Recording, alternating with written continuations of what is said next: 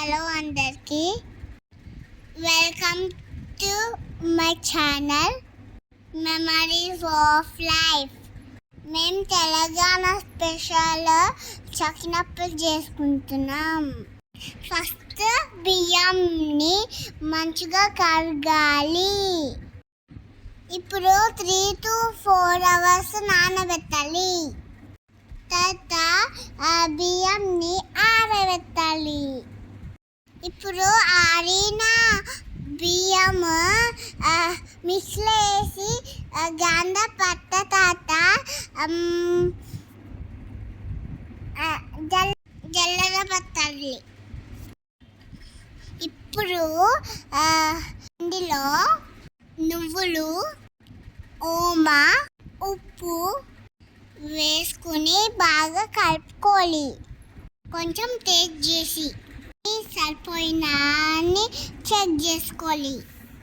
ఇప్పుడు వాటర్ పోసుకుంటా బాగా కలపాలి. బాగా గట్టిగా అవ్వకుండా లూజ్గా తరుపుకొని పక్కకు పెట్టుకోవాలి. నాకు చకినప్పలు ఇష్టం. మీకు ఏమి ఇష్టమో చెప్పండి. ఇప్పుడు చకినప్పల పిండి తీసుకుని గోరమ్మ చేయాలి. గోరమ్మ చెయ్య తాత పసుపు కుంకుమ పెట్టాలి. ఇప్పుడు గోరమ్మ చుట్టూ ఒక చకినప్ప పోయాలి.